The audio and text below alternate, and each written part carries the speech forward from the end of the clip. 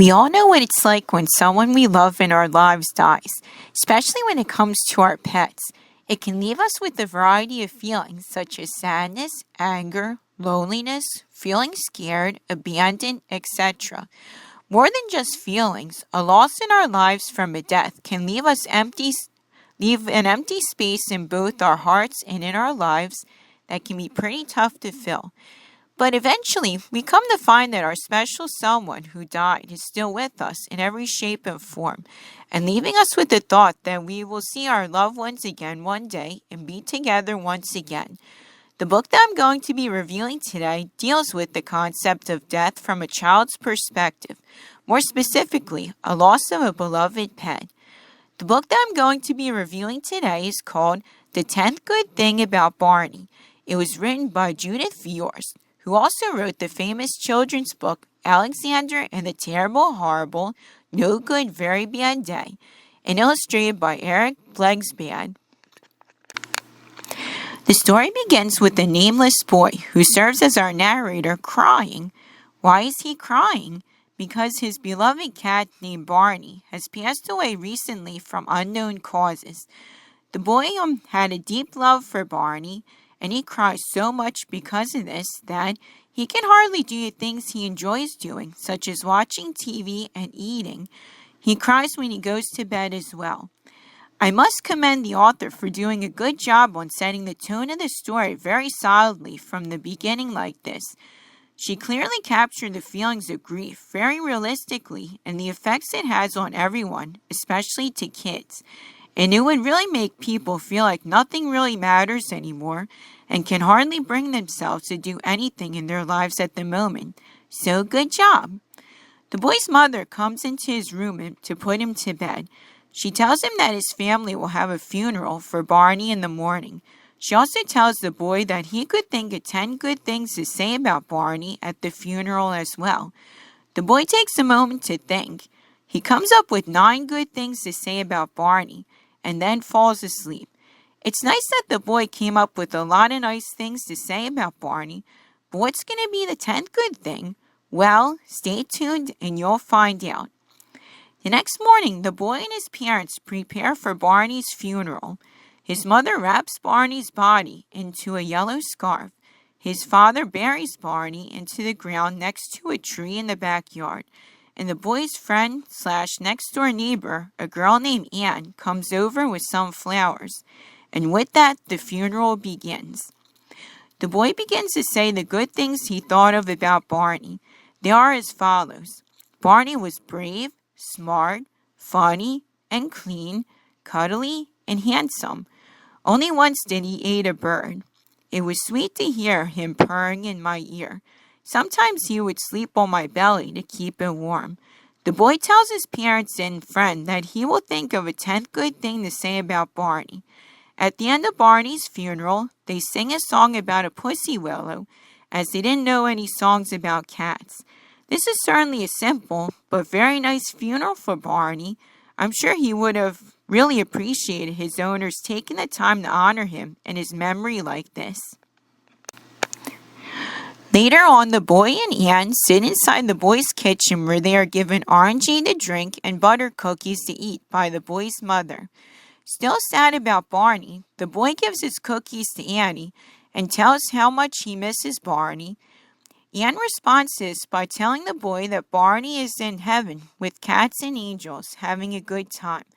The boy doesn't believe this and argues with Anne, saying that Barney is just in the ground. Anne, known to have a quote-unquote know-it-all attitude, continues to insist that Barney's in heaven. The boy's father comes into the kitchen for a cookie, and the boy asks his father to settle their argument of where Barney could be. Father remains neutral in their argument, saying that Barney could be anywhere, including heaven and in the ground. But we don't know for sure. Sticking to her answer, Anne finishes her cookie and goes home, never seeing her again for the rest of the story. I like how the author makes this argument between the boy and Anne really realistic in the story. Everyone has different beliefs on where our deceased loved ones go when they die, so there's really no correct or sure answer to the afterlife. But as kids, we often use our imaginations to speculate our loved ones in different places and hoping that they're happy and well taken care of no matter where they end up. I admire the father for staying neutral in the argument as well as speaking the absolute truth about death to the kids. It's not an easy topic to talk about, but it can be done. The boy's father tells him that he will be going to the garden to do some work. The boy agrees to help, but only a little, as he's still very sad about Barney's passing. Once there, the boy tells his father that he doesn't like it that Barney's gone. Why would anyone like it? The boy's father replies and tells him that over time, things will not be as so sad for him. As he says this, the father plants some seeds into the ground, explaining that the ground helps the seeds grow until they become plants with stems and leaves. The boy thinks about this for a moment, and since Barney's body is in the ground, he wonders, will Barney change as well? Father says that Barney will change until he's part of the ground. Once he's a part of the ground, he will have the important job of helping all the plants and flowers grow in their garden. After they plant all the seeds, the boy and his father have lunch under the tree and work in the garden some more, with the boy keeping what his father told him about Barney having an important job in mind. Later that day, he goes to bed. The boy tells his mother that he found the quote-unquote 10 good thing about Barney, staying true to this book's title. He does this by reading the 9 good things he mentioned at Barney's funeral earlier in the story. And the 10th good thing he adds is that Barney is in the ground and is helping to grow all the plants and flowers in the garden. That's a pretty nice job for a cat, the boy states, and he takes comfort in this fact, which would presumably lead to the boy feeling less sad about Barney's death in the future and bring happiness to him every time he sees plants grow and know that it's Barney who's helping them. The end. My final thoughts on this book. I gotta say, this is truly one of the most emotional and heartfelt children's books I've ever read. The author clearly doesn't want to sugarcoat the realities of losing loved ones to death, but portrays characters going through loss from death in such a way that it's friendly to the target audience for them to read. Death is often a hard subject to talk about, especially in children's literature, and I think the situations involving it were well done. The characters themselves in the story are pretty generic and bland, and next to no personality whatsoever, with the exception of Anne, who, as I mentioned earlier, has an obnoxious, know-it-all personality. I'm willing to overlook this fact in the story, as I think by having the characters generic like this gives more leeway to explaining how people go through the process of grieving from a loss. The payoff is very nice in the end, where the boy learns that Barney may not be physically with him anymore. Barney is still with him, spiritually, while having the important job of being a part of the ground and helping to take care of the plants, flowers, and trees, helping them to grow. When the boy takes comfort in this thought, as stated before, I think it teaches the target audience that when your love for the person or animal who died still lives on after their death, they live forever in your heart and you will always remember them. And you have the hope that one day when you die, you will be reunited with your loved one and will be together forever. This may sound like I'm being nitpicky, but one criticism I have about this book is how the narration in the text of the book is structured.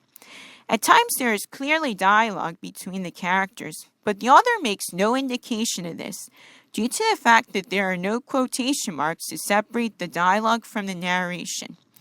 I often wonder if this was a mistake, or if there was some purpose to this method. Either way, I don't think it was a good move on the author's part. I'll give you a sample of the text from this book so you can see what I mean about it. What do I think of the illustrations in this book?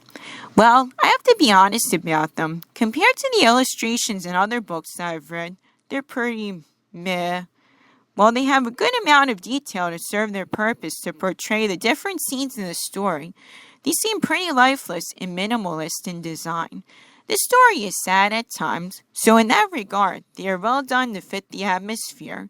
So I give the artist credit for that, even when I don't care much for the style of the artwork in this book. Finally, would I recommend this book to others? Yes, I would. It's a good book to read to kids, whether to teach them in a simple way about how death is a part of life, or to a child who recently experienced a death, loss from death in their life. Learn about the realities of it and the ways to cope with it. I would say that this book is in the category of slice of life and is well written for the lesson it teaches its target audience. So I would highly recommend you give this book a read if you can find it and see for yourself. I hope you enjoyed my review of The 10th Good Thing About Barney. If you have any suggestions for future reviews on my channel, feel free to leave them in the comments for me below. Please comment, share my video, and subscribe to my channel as well. Have a nice day, everyone, and thank you very much for watching.